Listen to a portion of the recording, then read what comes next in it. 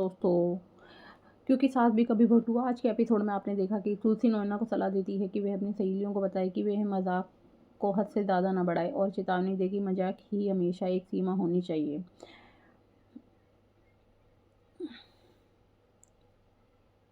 और मजाक ही हमेशा एक सीमा होनी चाहिए। वह हेमंत को भी निर्देश देती है कि वह नोएना से उसे बेवकूफ़ बनाने के लिए माफ़ी मांगे। हेमंत अपनी गलती मानते हुए ईमानदारी से माफ़ी मांगता है, जबकि नोएना तुलसी से कहती है कि वह हमेशा आसानी से बेवकूफ़ बन जाती है।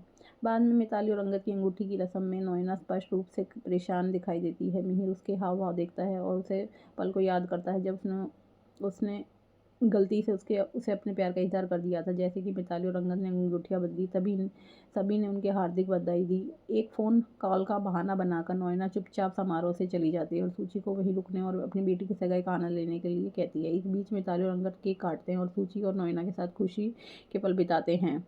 इससे पहले कि मिताली उसे केक देती है, तुलसी मिहिर के परेशान चेहरे को देखते हुए उसे लगता है कि कुछ गड़बड़ है। फंक्शन समाप्त होने के बाद मिहिर ने फैसला किया कि अब सच बोलने का समय आ गया है। वह तुलसी के पास जाता है और कबूल करता है कि उसने गलती से नोएना को आई लव यू कह दिया था। हैरान तुलसी उसे डांटती और कहती है कि शरारतें कभी भी हदें पार नहीं करनी चाहिए। ऐसी हरकतें को आसानी से गलत समझा जा सकता है।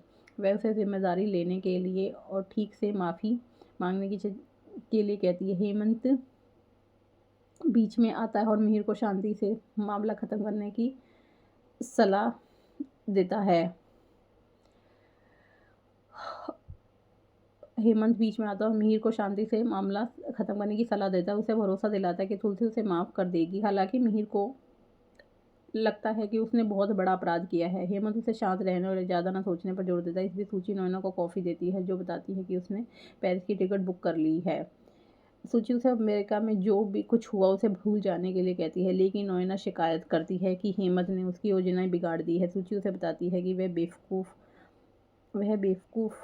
बन रही है, तो नोएना जोर देकर कहती है कि मिहिर से बस सच्चा प्यार करता है, तुलसी ही धोखा खा रही है। दूसरी ओर हेमंत मिहिर को अपनी शादी पर ध्यान लगाने को और नोएना के बारे में सब कुछ भूल जाने के मामले की मनाने की कोशिश करता है, लेकिन नोएना का जुनून बढ़ता ही जा रहा है। वह सूची से कहती है कि मिहिर और तुलसी की शादी आखिरकार टूट जाएगी और एक दिन मिहिर उसका ही होगा। सूची नोएना को उसके भ्रम के लिए डांटती है, उसे याद दिलाती है कि मिताली की शादी बस होने ही वाली है, लेकिन नोएना मिहिर को पेरिस ले जाने और उसकी अपनी योजना बता देती है और कहती है कि उसे तुलसी से नफरत नहीं है, लेकिन उसे मानना है कि तुलसी मिहिर के लायक नहीं है। वह और मिहिर एक साथ रहने के लिए नहीं बने हैं। नोएना मानती है कि अगर हेमंत ने उसी रात उसके कमरे में उसे नहीं टोका होता तो वह मिहिर और तुलसी को अलग करने ही अपनी योजना पहले ही अंजाम दे चुकी होती। उधर सुहास मालती से शिकायत करता है कि वृंदा उसके जन्मदिन की शुभकामनाएं देना भूल गई। वृंदा माफ़ी मांगती है और मालती उसके लिए शीरा बनाने को कहती है। सुहास चालाकी से वृंदा को बाहर लेकर जश्न मनाने की इजाज़त मांगता है और नितिन की विरोध करने पर भी मालती उसे इजाज़त दे देती है। उन्हें पता नहीं होता कि सुहास के मन में कोई खतरनाक इरादा है। बाद में तुलसी लगभग गिर पड़ती है, लेकिन मिहिर उसे समय रहते पकड़ लेता है। तभी नोएना आ जाते हैं। मिहिर से एक बिजनेस मीटिंग के साथ चलने की जिद करती है। तुलसी नोएना को कॉफ़ी पर चलने के लिए बुलाती है, लेकिन नोएना जल्दी में होने का बहाना बनाकर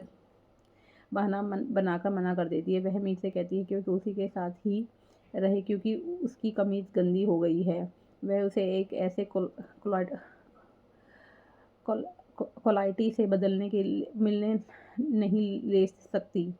वह ऐसी स्थिति में उसे क्लाइंट से मिलने नहीं ले जा सकती। मिहिर कपड़े बदलने चला जाता है। तुलसी मिहिर से नोएना को जूस पीने के लिए बुलाती है, लेकिन नोएना उसे अनसुना करके चली जाती है।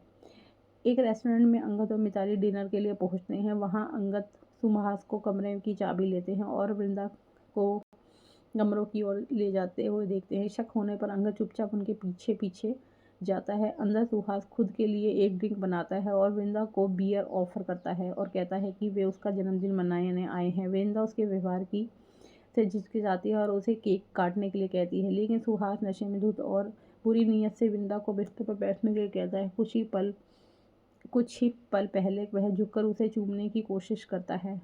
अब आगे के एपिसोड में आप देखिए कि क्या